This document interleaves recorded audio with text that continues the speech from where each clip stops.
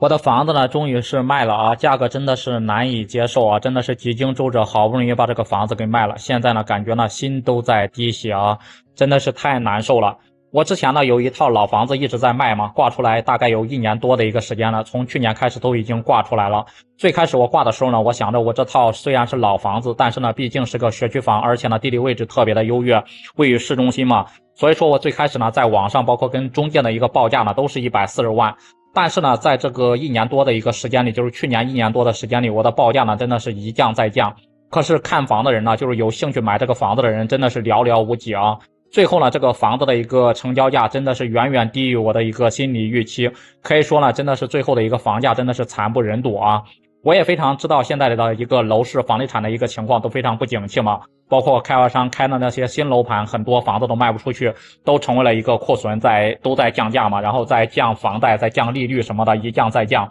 房价呢也是一直在下跌。你包括新房都卖不出去，你就更别提二手房了，二手房跌的更多。所以说一开始我挂出来的时候呢，我真的是没有多要啊，基本上就是140万，非常实惠的一个价格，跟我当时买房的价格已经差不多了。你包括在2017年，我这套房子呢，有人已经问过了，是要200多万买我的房子，我当时都没舍得出手。现在呢，我仅仅只挂了140万。我感觉呢，我还是算一个比较诚信或者是比较那个善良的一个卖家吧。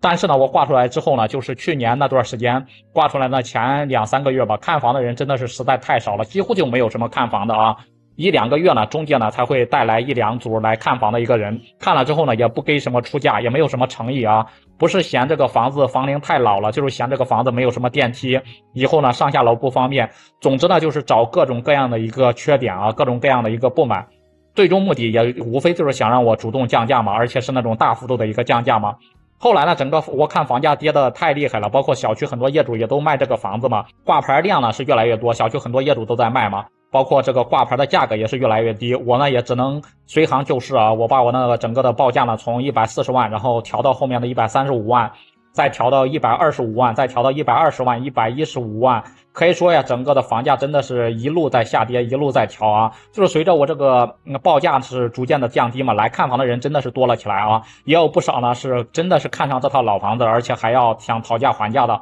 但是呢，给出来的价格真的是低的离谱，真的是让我感觉三观都。感觉都不敢接受啊！就是报个80万什么，报个90来万，还有的呢直接上来就砍到70万啊，从140万直接对半砍到70万。我感觉这种人呢，一看都没有什么诚意，也不是真心想买，就是想着呢趁机呢狠狠的砍上一刀，成了就成了，然后不成了，反正自己也没有什么损失嘛，就是这种闹着玩的一样的。后来呢，中介就告诉我们这个老小区啊，包括同户型、同面积的一个房子，还有别人的楼层呢，也是比我好，还卖不到100万。如果说呢，我想把这个房子尽快的卖出去，想尽快的套现，就让我继续呢调低这个报价。我就问这个中介，那你说报多少合适呢？中介说呢，如果你真的着急卖，直接就不要什么100万了，直接就把你这个房子挂90万得了。我当时听了之后，我真的是非常犹豫啊，这个价格真的是实在太低了，真的是远远超过我的一个预期。还有的中介呢就跟我说，如果说呢我愿意出双倍的一个佣金，就是卖出去一套房子呢，给他2倍的一个佣金，就给我卖力的一个推广，不仅呢卖的价格会高一点，然后包括成交的速度呢也会更快。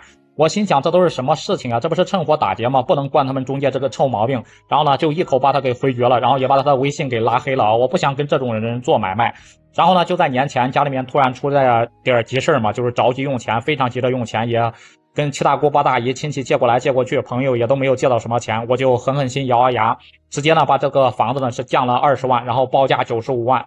然后挂上去之后呢，真的是啊，这个降价的效果，大幅度降价的效果真的就是好。当天呢就来了好几组要看房的一个客户，最高的一个客户呢是出价了，是对年轻的小夫妻嘛，是出价了85万。后来呢，我们又见面嘛，约了一个咖啡厅，就是在星巴克里面，大概谈了3、4个小时，最终呢也是顺利的成交了，价格呢是定格在就是87万啊。从那个最初呢年初开始挂的140万，然后降到现在的87万，最终的成交价。价格呢整整跌了40%，将近一半的一个价格下跌，仅仅用了1年多的一个时间。